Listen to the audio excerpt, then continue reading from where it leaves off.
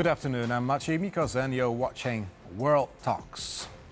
Despite Ukraine declaring a willingness to sign the rare earth minerals deal at any time, Donald Trump holds his decision of freezing all help to Ukraine in place.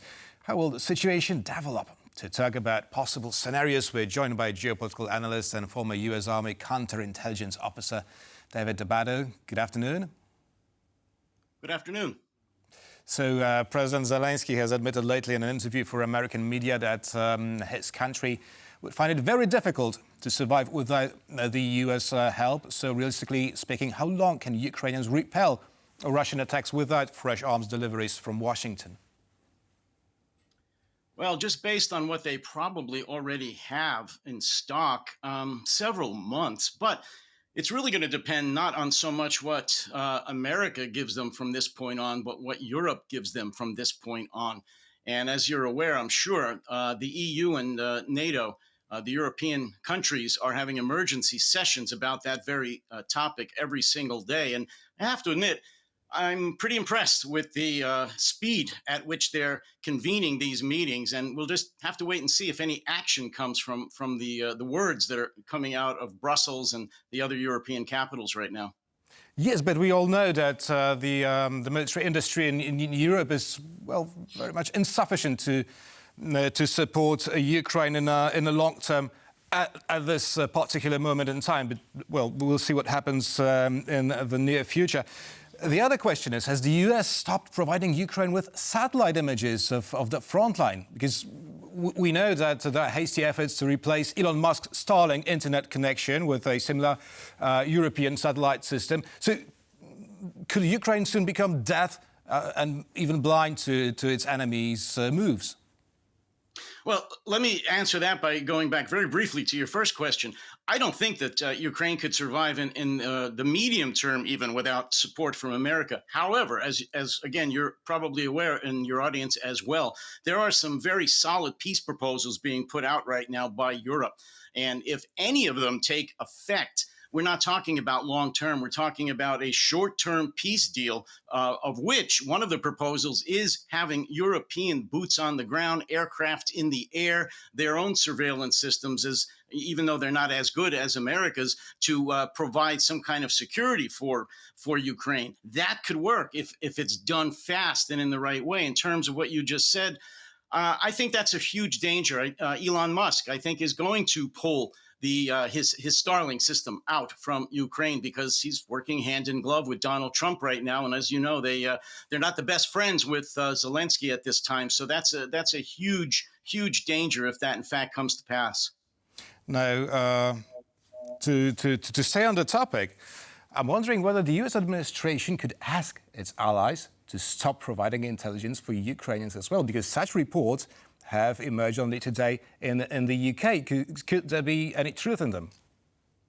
Yes, I'm sure that there might be pressure being put on the UK. As you know, J.D. Vance said some very not so pleasant things about England in the last day or so. But getting back to the question, yes, I believe that the Trump administration could very well be putting pressure on his European allies to not provide intelligence to Ukraine. But let me tell you, in my experience, in my opinion, that's not going to matter. I believe that Europe is going all in. They're going to go all in, and that's going to include providing all the intelligence assets that they can possibly give to Ukraine. I think from this point forward, Ukraine is going to be able to count on its European allies for as much as their abilities allow them to provide support, one of which will be intelligence support for sure.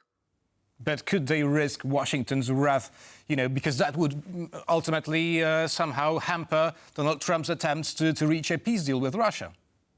Yes, and that's the question of the day, isn't it? And you know what? In my opinion, yes. I believe, and I'm not Nostradamus, I can't make a guarantee. I believe Europe, for the most part, has kind of come to the conclusion that that America, under Donald Trump, is not a reliable partner. They're going to very soon stop trying to make deals with him, and even threats against their nations for providing intelligence or any other support for Ukraine, I think are going to start to fall on deaf ears. Is that going to affect their economy, trade with America? Yes. But you know what?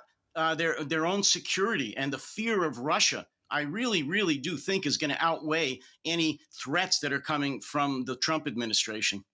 Very much so. It seems that security comes first these days in Europe. Now, Ukraine is determined to sign the rare earth minerals deal with the US and seems to have given up on security guarantees right now. But what would be the consequences of such a move to sign this initial deal without any further guarantees?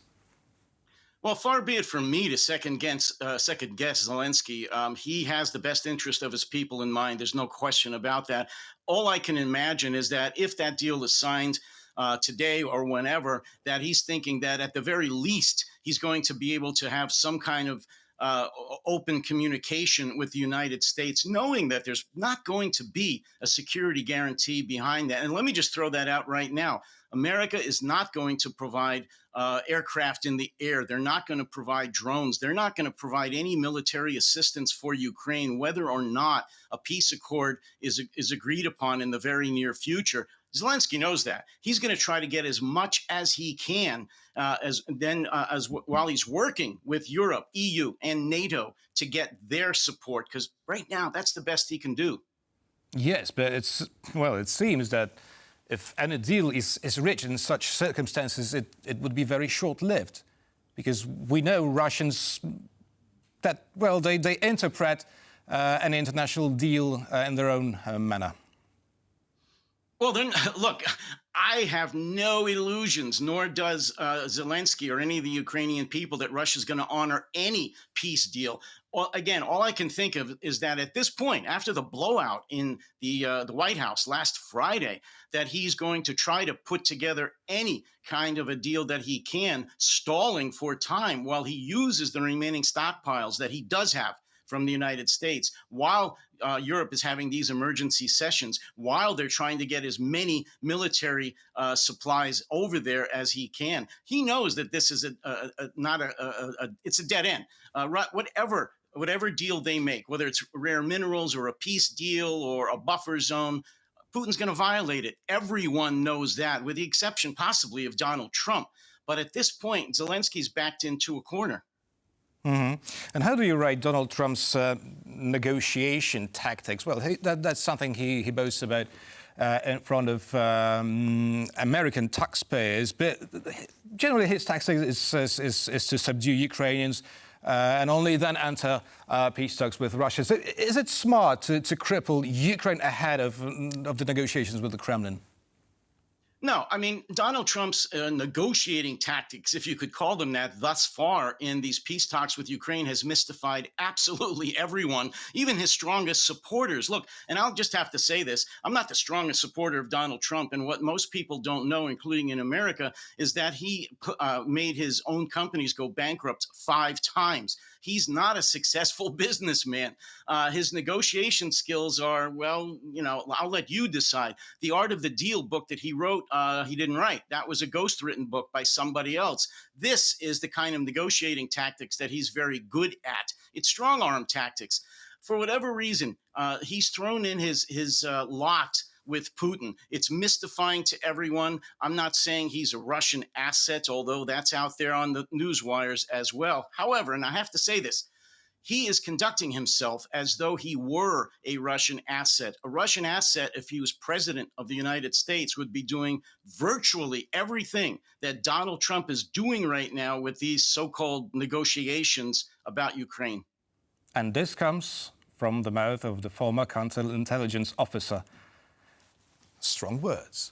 Now, the book you mentioned, Donald Trump, or someone has written there, that you should not enter negotiations without having a leverage on your partner. So what sort of leverage does Donald Trump have on Vladimir Putin? He doesn't. That's what's mystifying everyone right now. And Donald Trump said this to Zelensky. He's told Zelensky, you don't have any cards to play. Well, Donald Trump has given himself no cards to play. He has literally agreed to all the talking points of the Kremlin on Ukraine before they even went into the negotiations in Riyadh a couple of weeks ago. Again, it's just baffling what he expects to get out of this, except again, in my opinion, knowing him as I do for the last 10 years and studying him, he only expects to get a personal relationship with Putin. He seriously believes that they are bros, as we say in America. They're partners, that he really gets him and and Putin gets him. Not true. Putin is playing him. Putin is playing him. He's an ex-KGB officer.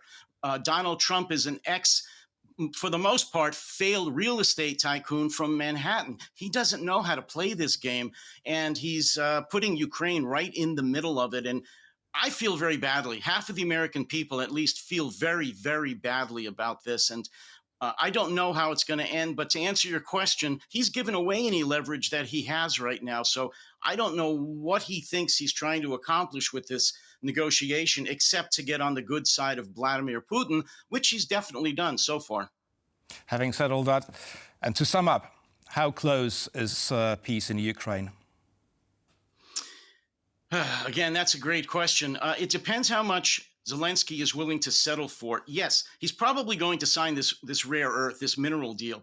But whether or not that means he's going to sign a peace agreement, because I cannot imagine, and I pray he doesn't, sign any agreement where he doesn't have the minimum of security that he needs. So is a peace agreement imminent? I don't think so. Whether that means days, weeks, or months, I think we're talking about weeks or months. He's not going to give away his security. A deal without security is a death sentence for Ukraine. He knows that. The Ukrainians know that. And I can't imagine him signing away the future security of Ukraine. Geopolitical analyst and former U.S. Army counterintelligence officer David DeBatto was our guest today. It was a pleasure. Thank you very much. Thank you. Thank you. And thank you for watching, and stay with us for much more here on TVP World. World News is coming up next.